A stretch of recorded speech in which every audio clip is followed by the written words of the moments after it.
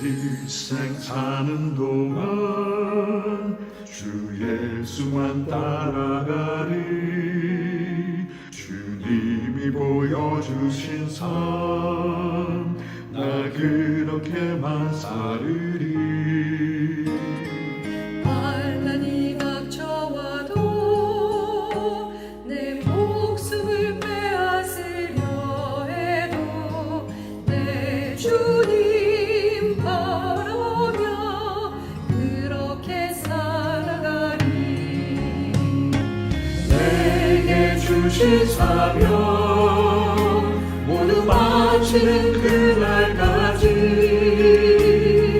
멈추지 않으리, 쉬지도 않으리, 내 생명도 아끼지 않으리. 이 땅에 사는 내 소망 주 위에 사는 것 오직 예수만 오직 예수만 내 삶에 드러나니. 하늘의 크신 능력이 나를 이끄시네. 그 이름만 외치며 살리.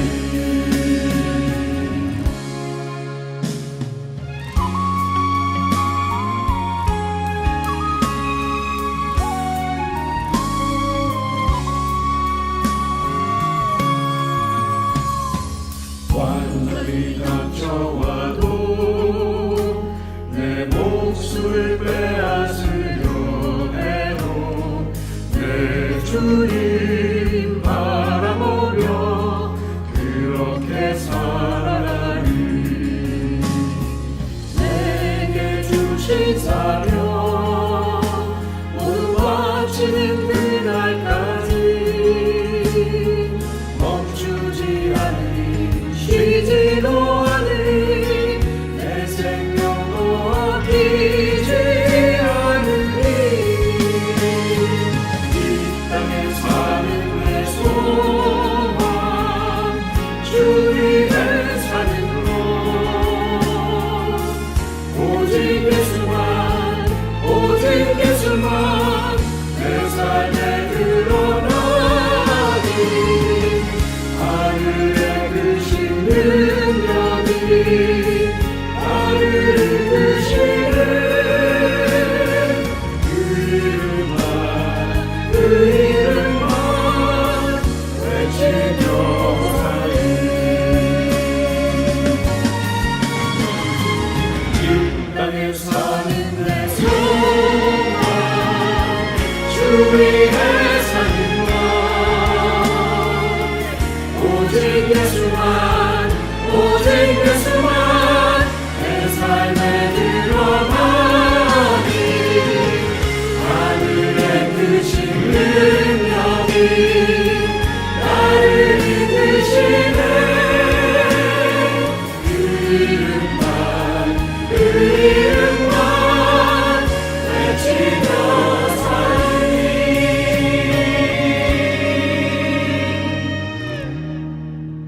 외치며 살리.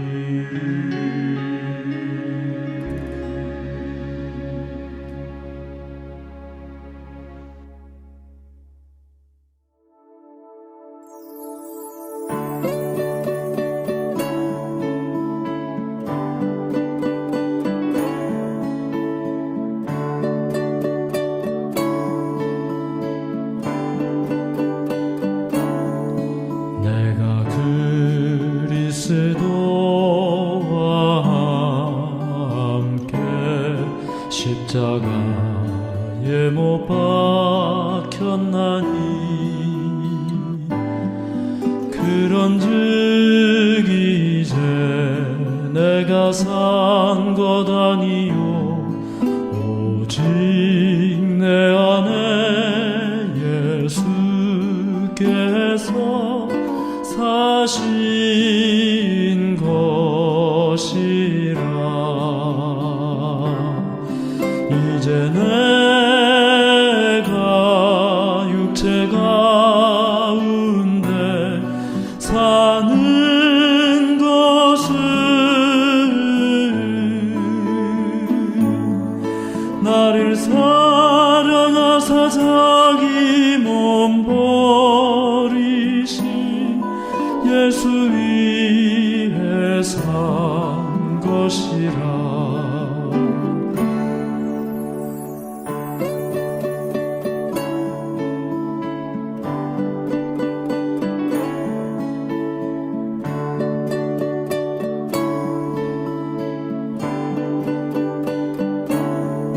이제 내가 육체 가운데 사는 것은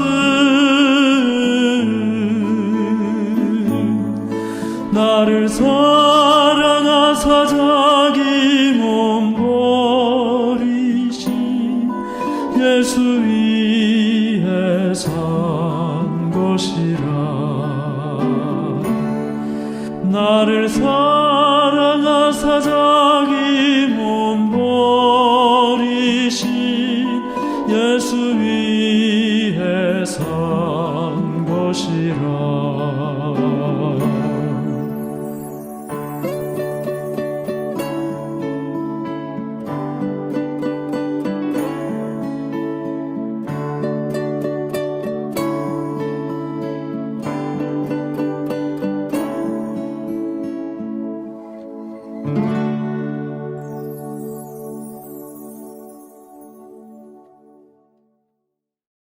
하늘에 계신 저희들의 아버지, 해가 거듭되도록 무서운 바이러스로 인해 교회도 자유로이 갈 수 없는 이때에 온라인을 통해서라도 서북미 야영회를 개최할 수 있게 하여 주심을 진심으로 감사드립니다. 매 순간순간마다 주의 은혜가 아니면 하루도 살 수 없는 이 세상, 안정을 되찾을 수 있게 보호하여 주심을 또한 감사드립니다. 길고 긴 터널을 지나 밝은 곳으로 나오듯이 우리 서북미 교우들도 마음의 안정을 되찾고 새로운 각오로 주의 사업에 더욱 헌신할 수 있도록 주여 인도하여 주옵소서. 이 팬데믹으로 인하여 나태하고 주를 향한 믿음이 해이해진 우리의 마음을 재점검하고 우리들의 자신을 돌아볼 수 있게 하여 주시옵소서. 오늘 이 새벽 시간에 온 마음과 온 몸을 주께 고정시키고 온전히 주님을 향하게 하시고 순간순간 들어오는 사단의 생각을 잊고 주님의 말씀으로 은혜 받게 하여 주시옵소서. 그로 인하여 이 온라인을 통해 들려오는 주님의 음성을 새롭게 받아서 새로운 변화가 있기를 원합니다.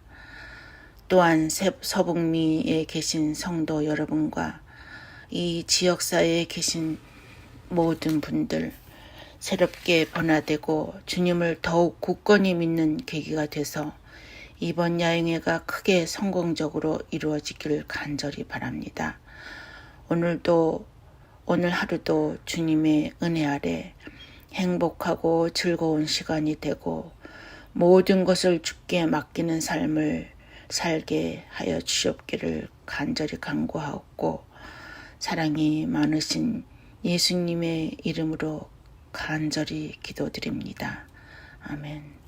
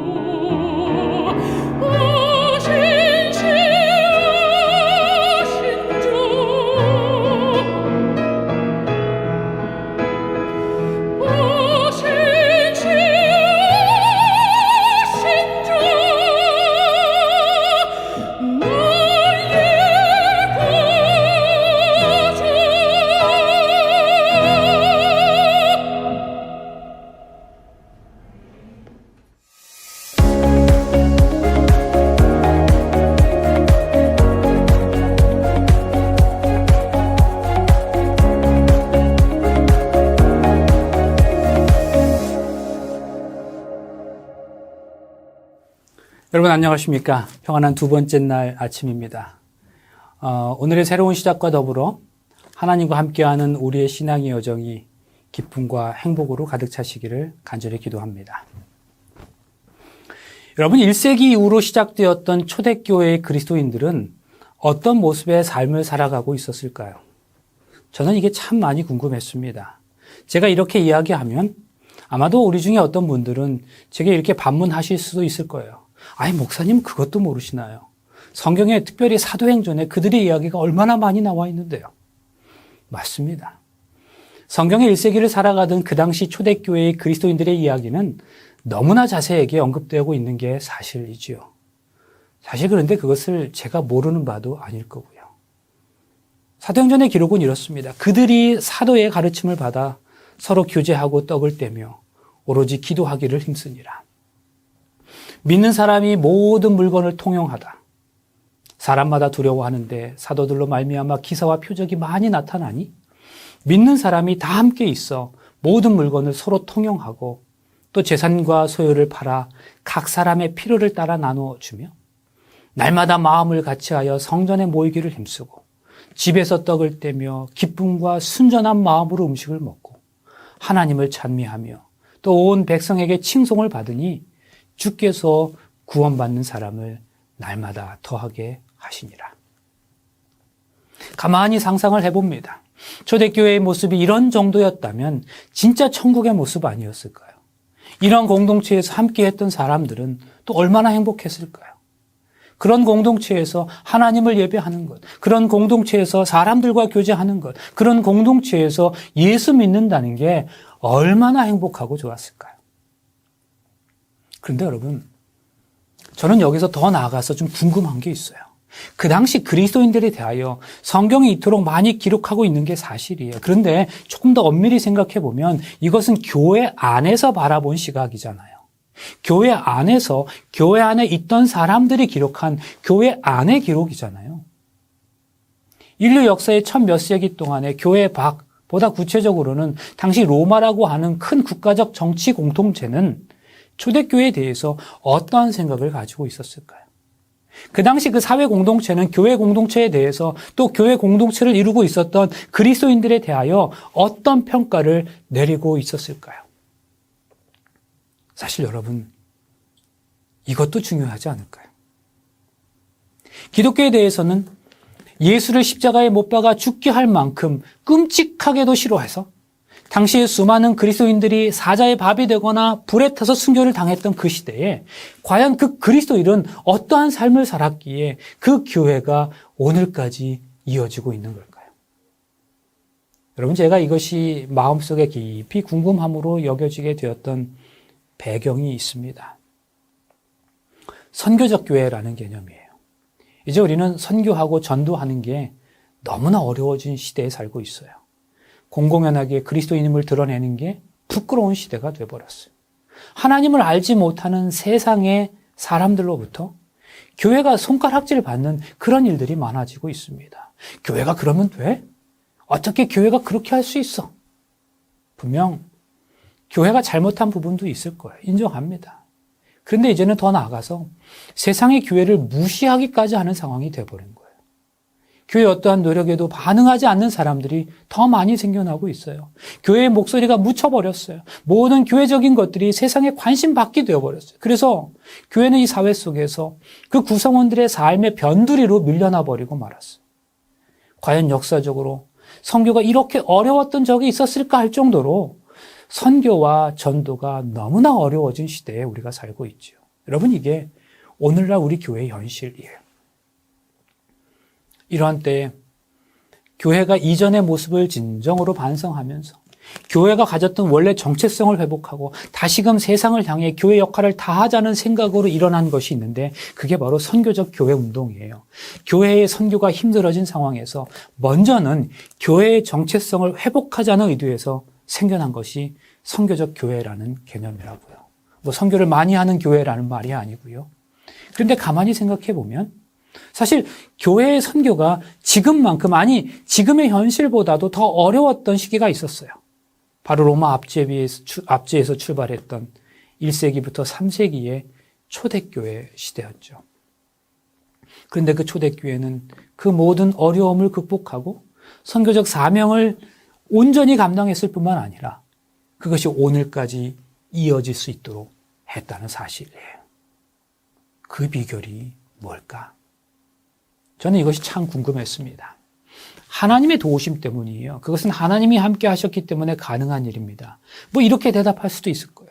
그러나 그것은 구체적인 대답이 될 수 없어요. 성경 말고도 교회 안에서의 진단과 평가 말고도 그 당시의 사회는 교회를 어떻게 평가하고 이해하고 있었는지가 궁금해졌습니다. 그러다가 문득 정말 우연히 아주 특별한 자료를 접하게 되었는데요. 그 내용이 좀 길긴 하지만 이 시간에 같이 좀 확인해 보려고 합니다. 이 내용은 4세기 로마의 황제였던, 정확히는 AD 331년부터 363년까지 로마를 다스렸던 율리아누스라고 하는 황제가 당시에 그리스도인들의 영향력이 너무 크다고 여겨져서, 그리고 결국은 그들이 로마 제국을 장악할 것으로 두려워한 나머지 자신의 신하들에게 칙서를 내렸는데, 그것이 지금 우리가 같이 확인하려고 하는 내용입니다. 그런데 우리가 이거를 읽으면서 기억해야 할 것이 있는데요. 여기서 갈릴리 사람이라는 표현이 나오는데 이것은 그리스도인들을 지칭하는 것이고요. 무실론이라는 표현이 나오는데 이것은 당시 로마 제국은 황제를 신이라 칭하고 있었고, 그들의 입장에서 로마 종교가 아닌 다른 종교는 아예 종교로도 인정하지 않았고, 또 그 종교들이 믿는 신들의 존재 자체를 인정하지 않았기 때문에 무실론이라고 표현하고 냈습니다. 그러므로 이 글에서 나오는 무실론은 기독교를 의미한다는 사실을 기억할 필요가 있겠습니다. 자, 이제 그 율리아누스의 심정으로 함께 이 글을 확인해 보도록 하겠습니다. 칙서의 내용이에요. 이 점에 특히 유의하여 특별 조치라도 써서 바로잡아라. 로마의 사제들이 빈민들을 내버려두고 간과하는 사이에 이런 사달이 났다는 것은 그 불경한 갈릴리 사람들이 이런 사실을 눈여겨보며 틈을 노리고 있다가 자선 활동에 전력을 기울인 것 때문이라고 이 지임은 판단하노라. 그래야 그러한 실천으로 그들이 획득한 신용으로 말미암아 영향력을 행사할 수 있는 위치를 점하게 되는 최악의 사태가 벌어졌노라. 이는 사탕으로 아이들을 유기하는 것과 똑같다 할 것이니 유인책으로 아이들에게 두세 차례 사탕을 건네주면서 친해지는 척하다가 그 또래들에게서 멀리 떨어지게 해놓고 선박에 실어 노예로 팔아버리는도다. 그 동일한 수법을 써서 이를테면 갈릴리 사람들도 소위 애찬이니 친절이니 음식 대접이니 찾아대면서 갖가지 방법으로 그런 일들을 벌이고 있고, 또 그 명칭 또한 다양하게 부르고 있느라. 그리하여 그 결과 그들은 매우 많은 이들을 무실론에 빠지게 하도다. 여러분 여기 잘 보세요. 우리는 그 당시에 그리스도인들이 어떠한 삶을 살고 있었는지를 이 율리아누스의 칙서를 통해서 짐작할 수 있습니다. 율리아누스는 당시 그리스도인들의 친절과 자선의 행동으로 수많은 상당수의 로마인들이 기독교로 넘어가고 있다고 판단하고 있는 거예요. 그런데 율리아누스는 매우 적극적이고 실천력이 있는 황제였어요. 그는 그러한 상황을 판단하는 것으로 끝나지 않고 그러한 현상이 계속해서 발생하는 것을 방지하기 위해서 특단의 조치를 감행하게 됩니다. 다시 율리아누스의 심정으로 같이 그 글을 확인해 보겠습니다. 그들이 낯선 자에게 자선을 베풀고 죽은 자의 묘비를 손봐주고 성인처럼 가장하는 삶을 사는 바람에 무신론자들이 급증하는 것을 왜 관측하지 못한 것이더냐. 짐은 그런 미덕 모두를 확실히 실천해야 한다고 믿노라. 불경한 갈릴리 사람들이 자국의 빈민뿐 아니라 로마인들까지 후원하고 있으니 만민이 보고서 우리가 제 백성 하나 변변히 돌보지 못한다고 하는 이는 수치로다. 그는 그리스도인들을 퇴치하기 위하여 자기 신하들과 이교도 사제들을 동원하여 맹공을 퍼붓기로 다짐합니다. 그리고는 칙령을 내려서 식량 분배 제도를 시행하고 가난한 나그네를 위해서 쉼터를 건설하라고 명령합니다. 그러면 여러분, 율리아누스의 이러한 당시로서는 매우 파격적인 사회 정책이 성공했을까요? 아니면 실패했을까요? 당연히 완전히 실패하고 말았습니다. 왜 그랬을까요? 그것은 율리아누스가 이교도 사제들이나 로마의 관료들이 가난한 사람들을 힘껏 돌볼 수 있도록 효과적으로 동기를 부여하지 못했기 때문이에요. 그는 그리스도인들의 사랑의 성령으로 충만하다는 사실과 그분의 은혜로 동기부여가 된다는 사실을 전혀 깨달을 수 없었던 깔달이었습니다. 당시 로마인들의 입장에서는 그리스도인들이 전하는 하나님이 세상을 사랑하신다는 메시지는 너무나 이해할 수 없는 것이었습니다. 그들에게 있어서 그것은 너무나 터무니없는 것이었어요. 원래 이교도의 잡신은 그들의 이해 속에서 인간을 전혀 돌보지 않았기 때문입니다. 그런데 로마 제국이라는 비참한 현실 세계 속에서 그 당시의 그리스도인들은 하나님의 자비하심을 선포했을 뿐만 아니라 그것을 삶에서 실제로 입증하여 보여주었습니다. 그들은 가난한 자들을 먹였고 모든 나그네를 환영했으며 사회 경제적 지위를 따지지 않았습니다. 그리스도인 귀족들은 노예를 끌어안아 주었어요. 더욱이 그리스도인은 귀족성을 따지지 않고 자신을 개방하여 누구와도 교제했으며 남녀 간의 평등한 사회적 관계와 가족의 화목을 응원했습니다. 그들은 그야말로 깜짝 놀랄 만한 새로운 사회를 구현하였고 그들의 행동은 일반 로마인들 사이에서 채울 수 없는 궁금증과 호기심을 유발시켰던 것입니다. 그러면 여러분, 그 시대의 그리스도인들은 도대체 어떠한 삶의 자세를 가졌기에 이러한 삶을 살았던 것일까요? 그리스도인으로서의 그들의 삶의 방식은 어떻게 해서 생겨나게 되었던 것일까요? 조금 길지만 같이 한번 확인해 보시겠습니다. 그대는 건전한 교훈에 맞는 말을 하십시오. 나이 많은 남자들은 절제 있고 위엄 있고 신중하고 믿음과 사랑과 인내심이 흔들리지 않는 사람이 되게 하십시오. 이와 같이 나이 많은 여자들도 행실이 거룩하고 헐뜯지 않고 과도한 술의 노예가 아니고 좋은 것을 가르치는 사람이 되게 하십시오. 그래야 그들이 젊은 여자들을 훈련시켜서 남편과 자녀를 사랑하고 신중하고 순결하고 집안 살림을 잘하고 어질고 남편에게 순종하는 사람이 되게 해야 할 겁니다. 그래야 하나님의 말씀이 비방을 받지 않을 겁니다. 이와 같이 그대는 젊은 남자들을 권하여 신중한 사람이 되게 하십시오. 그대는 모든 일에 선한 행실의 모범이 되십시오. 가르치는 일에 순수하고 위엄 있는 태도를 보여야 합니다. 책 잡힐 데가 없는 건전한 말을 하십시오. 그리하면 반대자도 우리를 걸어서 나쁘게 말할 것이 없으므로 부끄러움을 당할 것입니다. 종들을 가르치되 모든 일에 주인에게 복종하고 그들을 기쁘게 하고 말대꾸하지 말고 훔쳐내지 말고 온전히 신실하라고 하십시오. 그러면 그들이 모든 일에서 우리의 구주이신 하나님의 교훈을 빛낼 겁니다. 여러분 지금 이 성경절을 잘 보세요. 바울은 늙은 남자들에게는 절제하며 경건하며 신중하며 믿음과 사랑과 인내하며 온전하게 하라고 권면해요.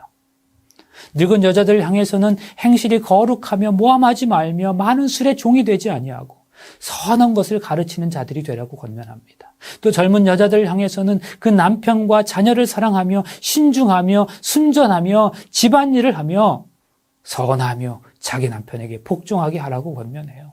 그러면 바울이 사람들에게 그렇게 살도록 가르치고 그러한 삶을 실천하게 하는 이유가 뭐냐는 거예요. 그것을 실천하는 그들 자신이 하나님의 자비를 얻고 구원에 이르게 하기 위해서요? 아니에요.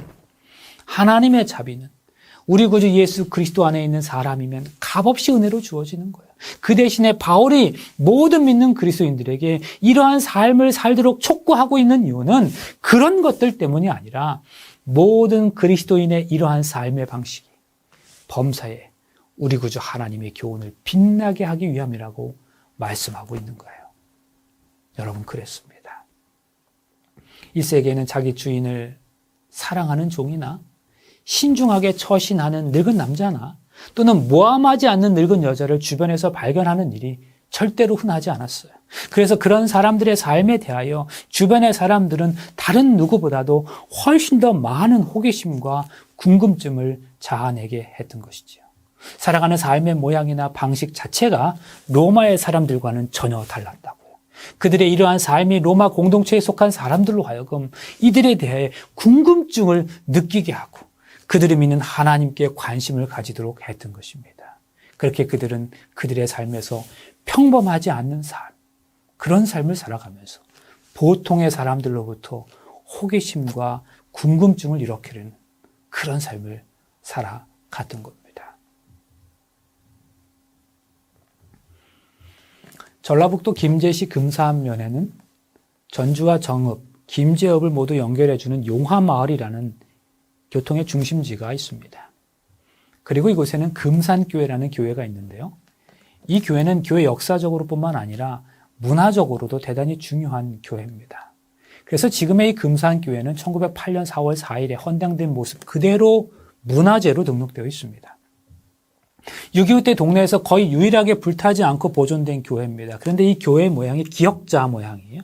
지금은 기역자 교회가 김제 금산교회와 익산의 두동교회 정도만 남아 있을 뿐이지만 한국 교회의 초창기 모습은 기역자 교회의 모양이 많았어요. 사실 이것은 교회에서 남녀를 구분해서 앉히기 위한 것이었죠.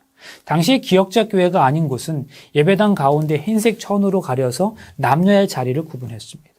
근데 여러분, 당시 이런 교회의 모습을 보면서 단순히 이것을 교회가 남녀를 차별했다고 오해해서는 안 돼요. 기역자 교회의 모습이나 예배당을 천으로 구별했던 것은 오히려 남녀 차별에 반대하는 획기적인 일이었습니다. 왜냐하면 당시 본래 남자와 여자는 한 자리에 동석하지도 않는 것이 전통이었잖아요. 그런데 여자들과 함께 예배를 드리기 위해서 교회를 기역자로 만들고 불편하지만 천으로 예배당을 구별한 거죠. 물론 시간이 흘러 교회는 남녀를 구분하던 그 흰색의 천마저도 찢어버리게 됩니다. 이처럼 복음이 들어가는 곳에서는 차별이 있을 수가 없어요. 하나님 앞에서는 모두가 다 공평할 뿐입니다. 그런데 이 금산교회가 세워지게 된 배경에는 조덕삼이라는 사람의 헌신이 컸습니다. 이 금산교회가 세워진 용화마을은 말씀드린 대로 전주와 정읍과 김제읍을 모두 연결해주는 교통의 중심지였습니다.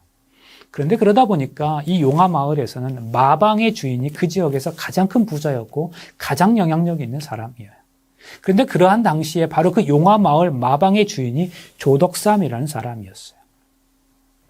그런데 이 조덕삼은요, 매우 큰 부자였지만 굉장히 겸손한 사람이었습니다. 그런 그가 테이트 선교사와 그의 조사인 김필수 씨로부터 복음을 듣고 마음의 평안함을 얻게 됩니다. 오랫동안 테이트 선교사를 지켜봐 온 이 조덕삼은 그렇게 살기 좋은 당신의 나를 포기하고 이 가난한 조선 땅에 왜 왔는지를 묻자 테이트 선교사가 그것은 하나님의 특별한 사랑 때문이라고 대답했습니다.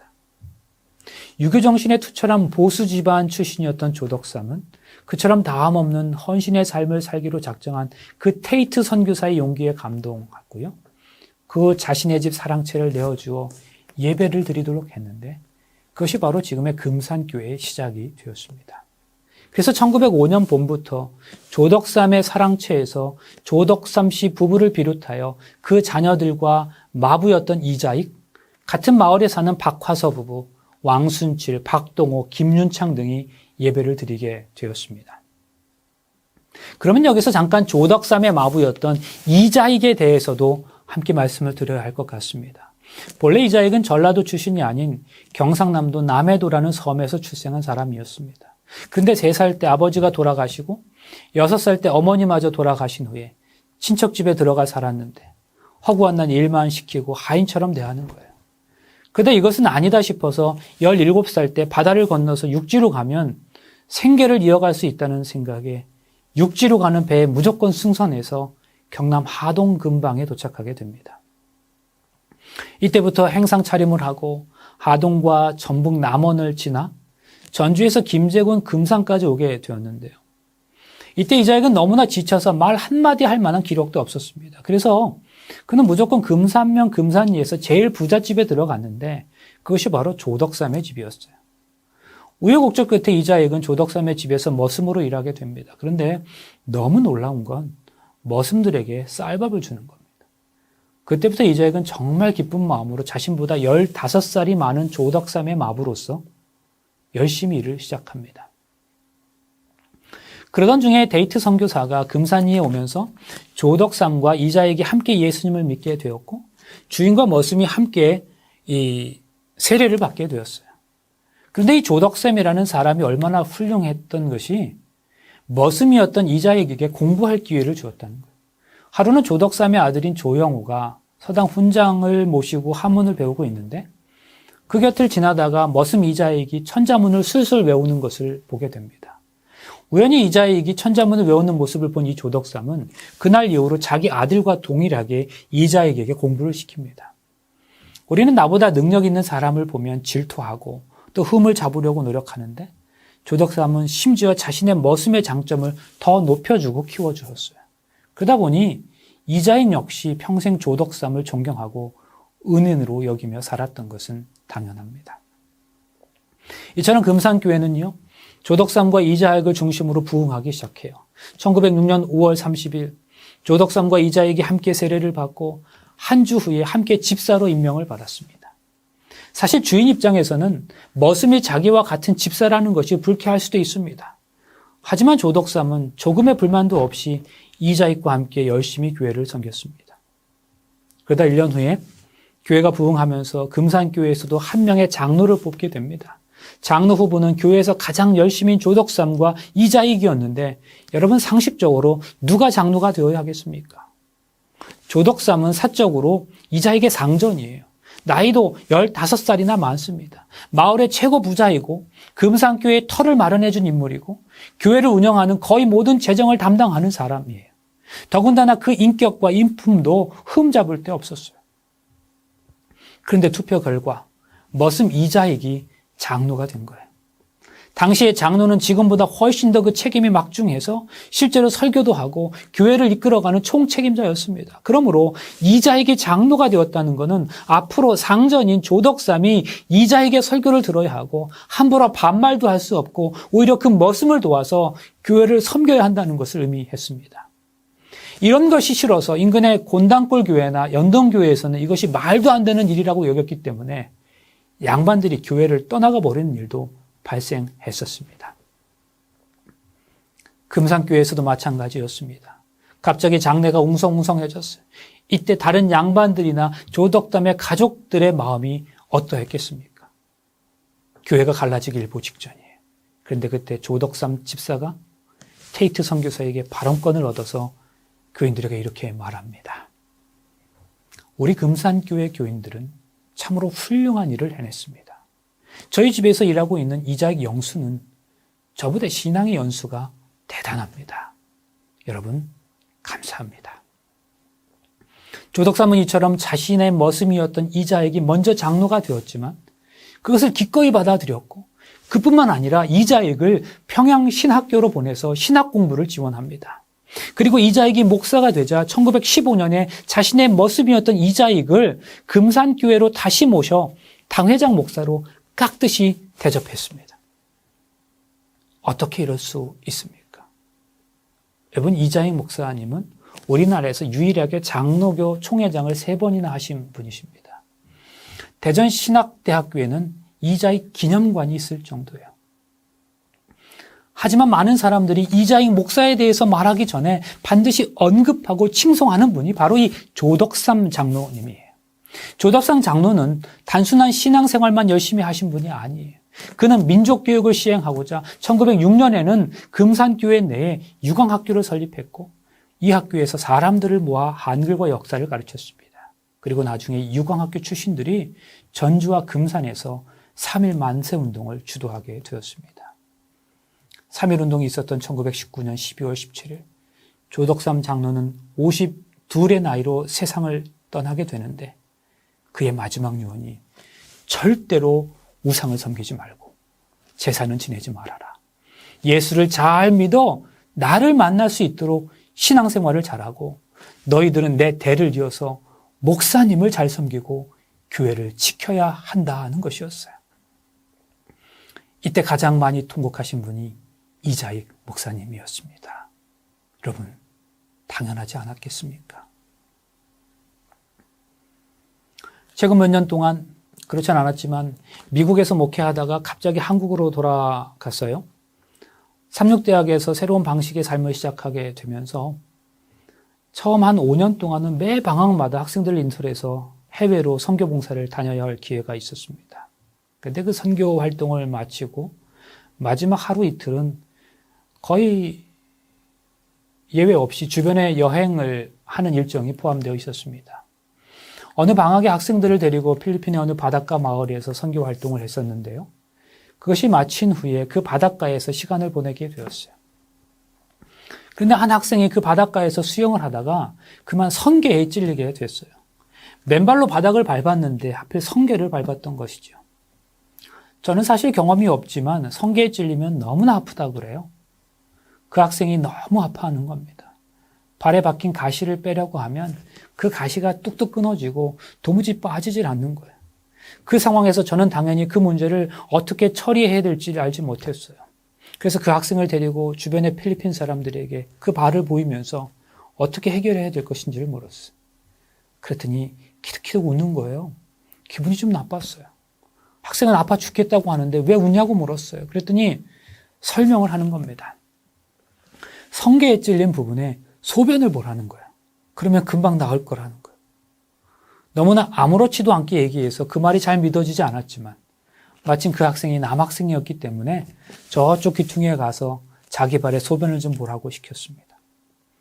그렇게 해서 소변을 보고 나더니 처음에는 참을만 하다고 하다가 나중에는 완전히 괜찮아졌다고 그러는 겁니다. 신기했어요. 그래서 제가 그 발을 보여달라고 했어요. 가만히 살펴보니 까만 성게가 그 가시가 감쪽같이 없어진 상태였습니다. 정말 거짓말처럼 그 암모니아 성분이 가시에 닿으니까 몸에 박혀있던 성게 가시가 신기하게도 완전히 다 녹아버렸던 거예요. 사실 이건 너무 원시적이고요. 성게에 찔리면 욕조에 따뜻한 물을 담아서 식초를 몇 방울 떨어뜨리고 거기에 몸을 담그면 된다고 그럽니다. 여러분, 저는 그때 알았습니다. 가시는 빼는 게 아니라 녹여 없애는 겁니다. 여러분, 우리의 삶 속에서 우리가 살다 보면 우리 마음속에 가시처럼 박혀있는 것들이 얼마나 많이 있습니까? 저 사람으로부터 입었던 마음의 상처가시, 이런저런 가시들이 우리를 찌를 때가 얼마나 많습니까? 이것을 하나하나 빼려고 하면 안 된다고요. 그러다 보면 뚝뚝 끊어져 버리고 그 상처는 더 깊어지고 골마지는 거예요. 기억 속에 잠재되어 자꾸 생각나는 것입니다. 이럴 때 어떻게 하면 된다고요? 녹여 없어버려야 돼요. 녹이는 거 다른 거 아니죠. 사랑이죠. 예수 그리스도가 하셨던 일은 다른 것 없어요.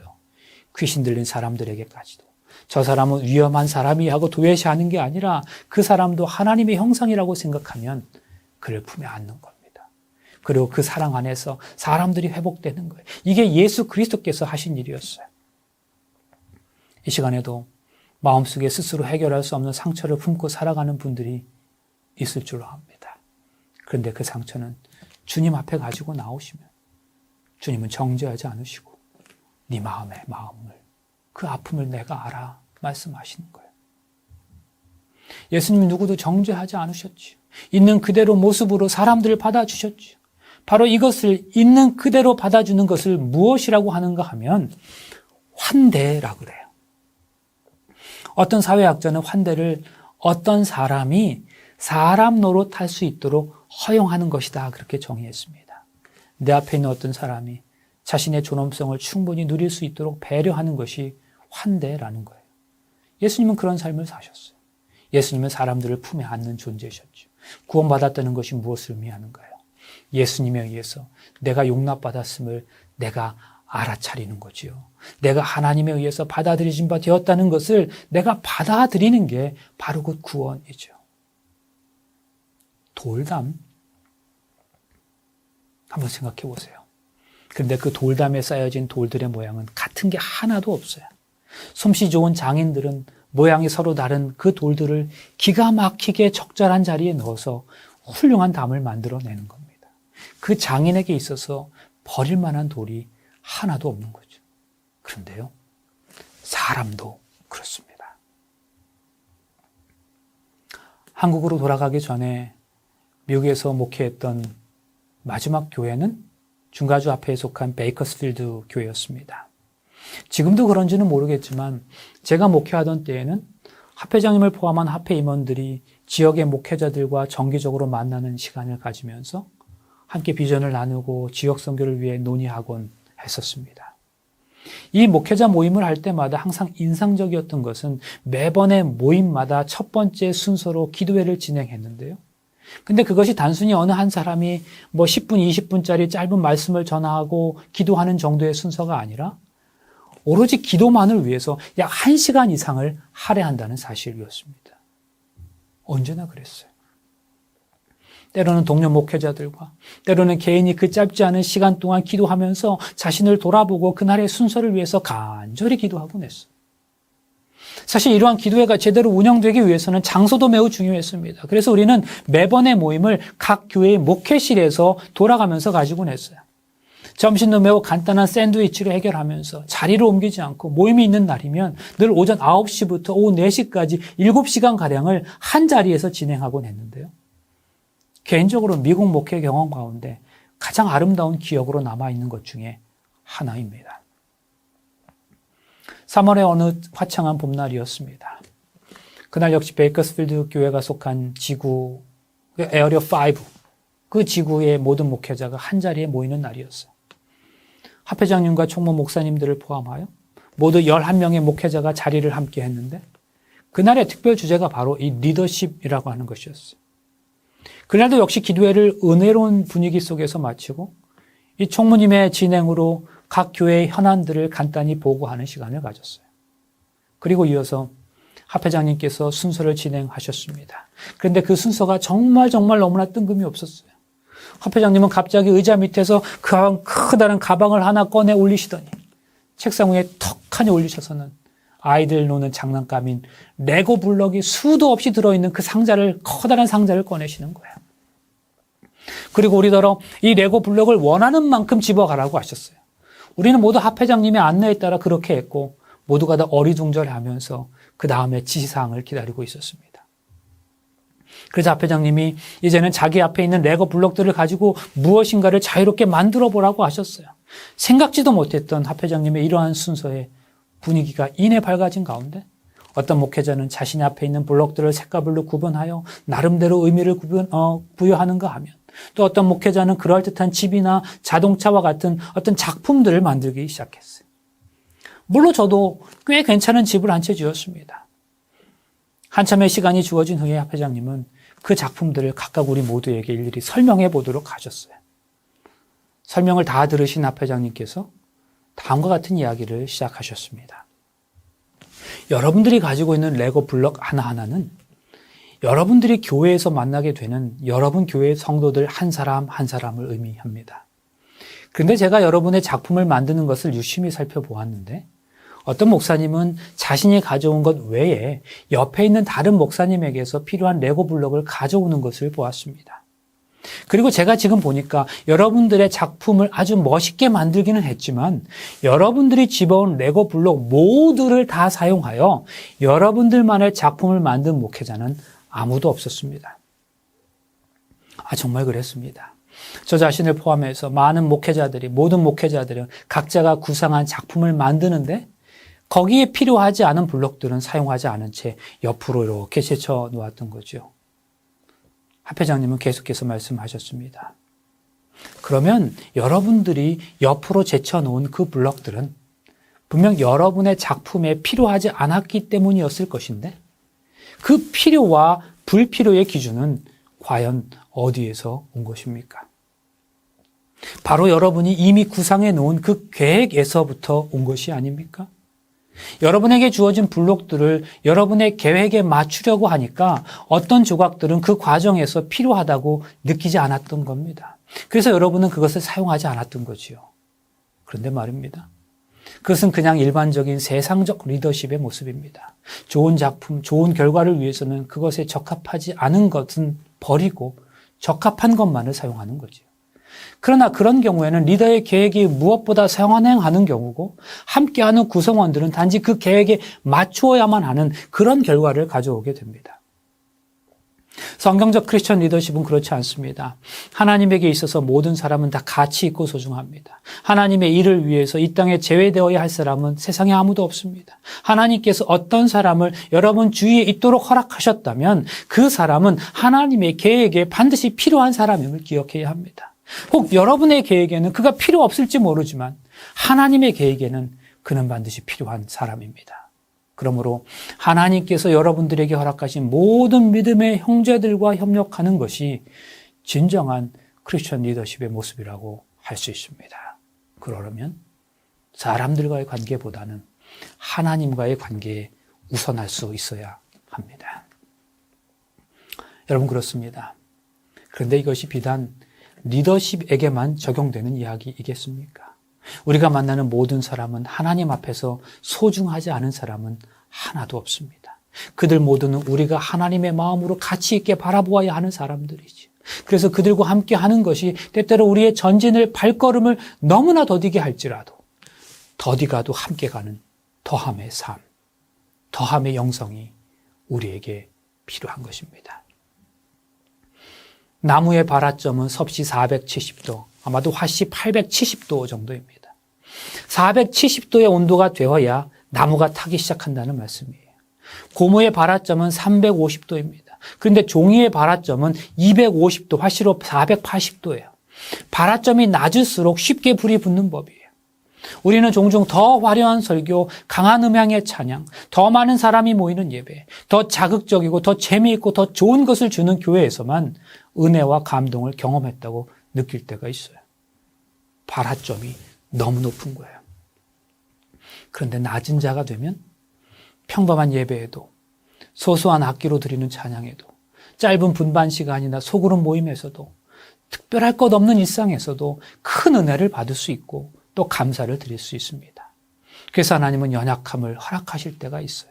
무너지라는 게 아니라 낮아지라는 거지. 장작에 불을 붙일 때 종이나 낙엽에 먼저 불을 붙인 후에 나무에 옮겨 붙이잖아요. 하나님은 종이처럼 구겨지기 쉬운 우리의 단점과 연약함, 낮은 모습을 통해 만나시고 장작처럼 단단한 장점을 사용하시는 분이십니다. 하나님을 만난 모세는 이집트 왕자가 아닌 광야의 도망자였어요. 그리고 왕 같은 리더가 되었어요. 낮아질수록 은혜가 커지는 법입니다. 그러므로 우리가 기도할 것은 약함이 강함되는 게 아니에요. 약함이 낮아짐 되는 거죠. 사랑하는 성도 여러분, 이것은 우리가 우리 주변에서 낮은 사람처럼 보이는 사람들, 약한 사람처럼 보이는 사람들에 대해서도 귀하게 여겨야 하는 이유이기도 합니다. 여러분, 우리가 예수님을 믿으면서도 여전히 갑질하는 삶을 산다면 우리는 예수 안 믿는 거예요. 오늘 우리가 사는 시대는 돈이 주인 노릇하기 때문에 저 꼭대기에 올라가는 것이 성공이라고 말하지만 성경은 남보다 높아지는 게 복이 아니라 남보다 높아질 수 있지만 그거 내려놓고 섬길 줄 아는 것이 복이라고 말씀합니다. 우리가 예수를 믿는다는 건 그저 예수 믿는다고 고백하는 것 이상을 의미하지요. 주님의 마음이 있는 곳에 내 마음도 있어야 합니다. 주님의 발길이 닿는 곳에 내 발길도 닿을 수 있어야 하죠. 주님의 눈길이 닿는 곳에 나의 눈길이 닿아야 하는 거죠. 그것을 믿음이라고 말해요. 예수의 대속을 고백하는 건 기본이고 거기에서 더 나아가서 우리 주님의 눈길과 발길에 나의 눈과 발이 머물 수 있어야 하는 것입니다. 그리스도의 손과 발이 되어야 하는 겁니다. 그것이 우리가 이 땅에 또 이 땅을 위해 부름받은 까닭입니다. 여러분, 이것이 얼마나 아름다운 초제인지 모릅니다. 그것은 바로 우리가 주님을 기쁘시게 하는 삶을 살아가는 거지요. 우리의 인색했던 마음씀의 범주를 넘어서 예수님의 방식대로 살아가는 것. 고통받는 사람들의 고통을 자신의 것으로 품에 안고 배고픈 사람들을 보면 먹이고 싶어 하는 것. 이게 진짜 예수님 믿는 거죠. 니콜라이 베르자예프라는 러시아 사상가가 있어요. 그가 이런 말을 했어요. 예를 들어 제가 5,000불을 가지고 한 달을 삽니다. 그러니까 제 수입이 5,000불이라는 말이에요. 그 돈으로 문화생활도 즐기면서 그런 대로 부족하지 않게 살아요. 그런데 내 옆에 어떤 사람이 2,000불의 수입을 가지고 살아갑니다. 넉넉할 리 없어요. 오히려 항상 부족할 겁니다. 그랬을 때 제가 저 사람이 얼마나 힘들까 하는 생각으로 1,000불을 매달 도와주기로 결심합니다. 그러면 그 사람은 3,000불로 살게 되는 것이고 저는 4,000불로 한 달을 살게 되는 거죠. 근데 이때 이 베르자예프가 이렇게 얘기합니다. 내가 나를 위해 쓰는 5,000불은 그냥 물질이지만 내가 누군가를 돕기 위해 구별한 1,000불은 정신이고 또 그렇게 하고 남은 나머지 4,000불도 정신이라는 거예요. 물질을 정신으로 변화시키는 겁니다. 여러분, 이게 뭡니까? 이것이 바로 성찬입니다. 우리의 삶이 성찬이 되는 것이 무엇인가 하면 떡과 포도주가 변하여 예수 그리스도의 살과 피가 되는 것처럼 나의 삶을 통하여서 물질적인 것들이 정신적인 의미를 띠게 살아가는 것을 의미합니다.